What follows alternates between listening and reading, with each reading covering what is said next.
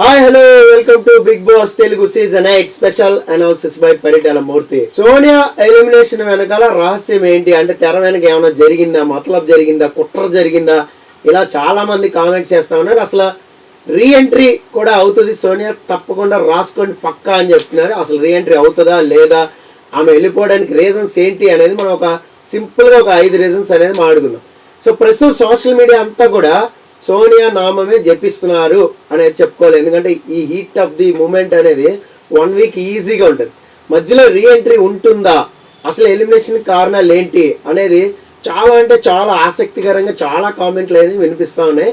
తెర వెనక ఏం జరిగింది సార్, అసలు సోనియా తీసేయడం కరెక్టా కాదా, ఇలా చాలా మంది అడుగుతున్నారు.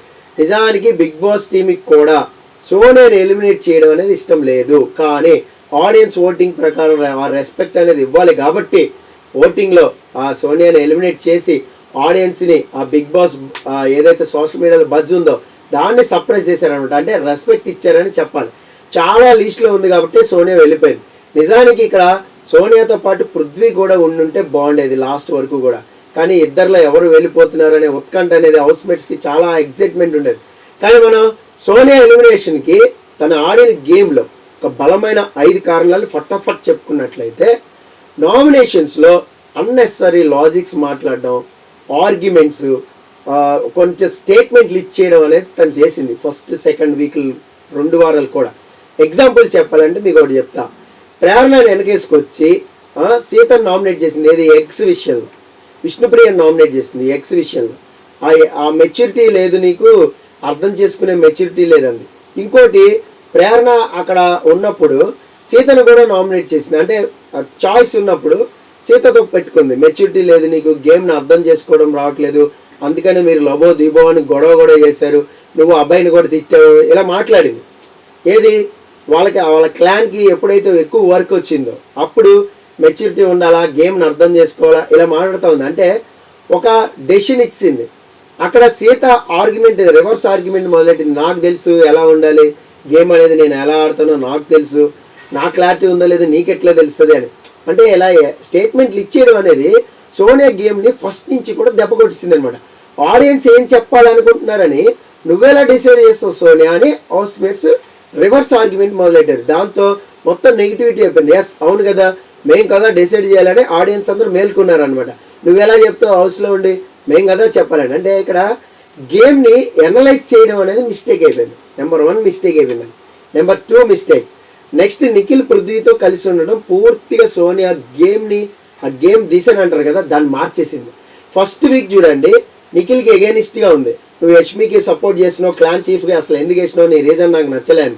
అలాగే ప్రేరణను సేవ్ చేసినప్పుడు కూడా నువ్వు ఫేవరెటిజం చూపెడుతున్నావు, యష్మి నీకు అసలు ముందు నుంచి తెలియదా, మీరు అంతా గతంలో షూటింగ్లు చేసిన వాళ్ళే కదా, గతంలో షో చేసి వచ్చిన వాళ్ళే కదా, ఇలా మాట్లాడి నిఖిల్కి ఎగెనిస్ట్గా ఉన్నప్పుడు సోనియా గ్రాఫ్ ఉంది. ఎప్పుడైతే నిఖిల్ కన్విన్స్ చేయడం మొదలెట్టి ప్యాంపరింగ్ చేయడం మొదలెట్టాడో సోనియా పూర్తిగా నిఖిల్ క్లాన్ వైపు తిరిగిపోవడం, అలాగే నిఖిల్ పృథ్వీతోనే ఉండిపోవడం, ఇది ఆమె దిశను మార్చేసింది గేమ్లో.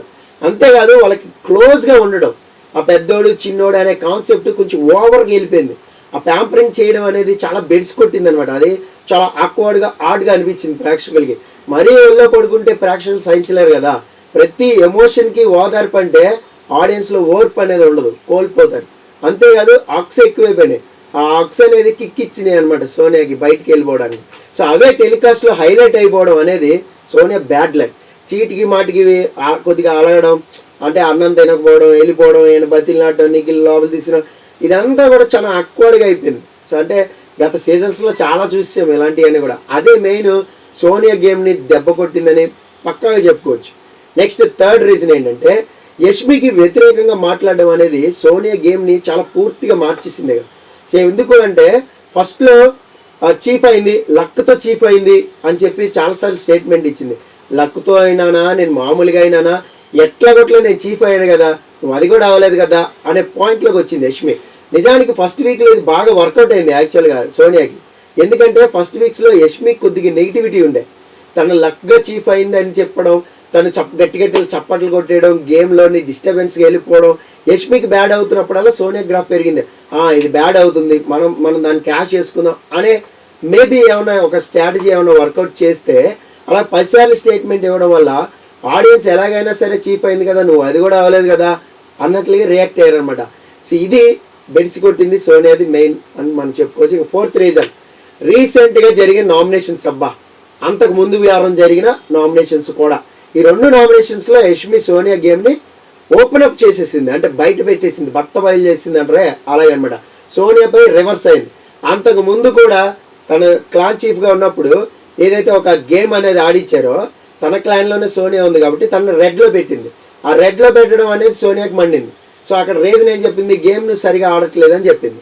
గేమ్ ఆడలేదని చెప్పేసరికి సోనియా నన్ను చూడలేదు కామాస్ అనే పాయింట్ ఈసారి నామినేషన్లోకి వచ్చింది అనమాట. దానికి రీజన్ కూడా సాలిడ్గా చెప్పింది యష్మి. దీంతో సోనియాకి అక్కడ బాగా నెగిటివిటీ అనేది వచ్చింది. ఎంతసేపు నువ్వు ముగ్గురితో కలిసి ఉంటున్నావు తప్ప క్లాన్లో ఎక్కడ చేస్తున్నావు అని చెప్పి అక్కడ రెడ్డిది ఇచ్చినప్పుడు నామినేషన్ అప్పుడు ఆర్గ్యుమెంట్ చేసుకుంది.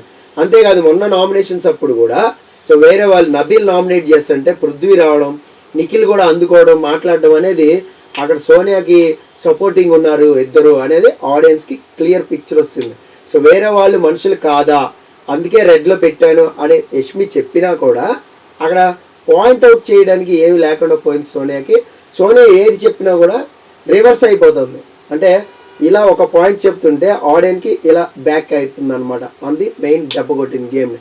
ఇక 5th పాయింట్ మనం చెప్పుకోవాలంటే సోనియా, నిఖిల్ ఇంకా మిగతా వాళ్ళపై మొదట్లో ఒక ముద్ర వేసుకోవాలని చూసింది. ఏంటి, నిఖిల్ని నువ్వు ఫేవరెటిజం చేస్తున్నావు, మీరంతా సీరియల్ బ్యాచ్, మీరంతా కూడా స్టార్ మా నుంచి వచ్చారు కాబట్టి మీరంతా కూడా ఒకటే, ముందే మాట్లాడుకుని వచ్చారు అనే ఒక ముద్ర వేయాలని చూసింది. బట్ అది బెడిసికొట్టింది. నిఖిల్ సీరియల్ బ్యాచ్కి ఫేవర్గా చేస్తున్నట్టు నిరూపించాలనుకున్న స్ట్రాటజీ వర్కౌట్ కాదు. కానీ నిఖిల్ ఆ ఛాన్స్ ఇవ్వాలా. అలాగే విష్ణుప్రియ ఇంకా సీత ఇద్దరు కూడా సో వాళ్ళు చేసిన షోలు, వాళ్ళు చేసిన కామెడీ అంతా కూడా బయట జనాలకు తెలుసు కాబట్టి ఆ అడల్టరేటివ్ కామెడీ అనే పదం వచ్చింది. ఆ ఉద్దేశం మేబీ తన స్ట్రాటజీ అంటే మాత్రం అది వర్కౌట్ కాలే. అది జనాలు పసిగట్టేశారు. అమ్మాయి అన్న దాంట్లో తప్పేం లేదు కదా, నార్మల్గానే అడిగింది కదా అనే ఫీలింగ్ ఆడియన్స్ వెళ్ళిపోయారు. నిజానికి అందరికీ ఒక స్టేట్మెంట్ పాస్ చేసి వాళ్ళ తప్పులు చెప్పడం, తన తప్పులు మాత్రం గ్రహించలేకపోవడం అనేది ప్రధానమైన మిస్టేక్. తను చేస్తే రైట్, ఎదుటాలు చేస్తే ఫైట్, ఈ భావనలో ఉందబ్బా మే ఒక్క ముక్కలో చెప్పాలంటే. అందుకే బయటికి వెళ్ళిపోయింది, ఎలిమినేట్ అయిపోయింది. అంతేకాదు సోషల్ మీడియాలో కూడా సోనియాకి అంతగా గ్రాఫ్ అనేది లేదు, స్టార్టింగ్ నుంచి లేదు. ఎప్పుడెప్పుడు నామినేషన్లకు వస్తుందా అని చెప్పి ఒక 2 వారాలు వెయిట్ చేశారు ఆడియన్స్. అంటే చూడండి ఎంత ఈగర్గా సోనియాని ఎలిమినేట్ చేయాలని వెయిట్ చేశారు.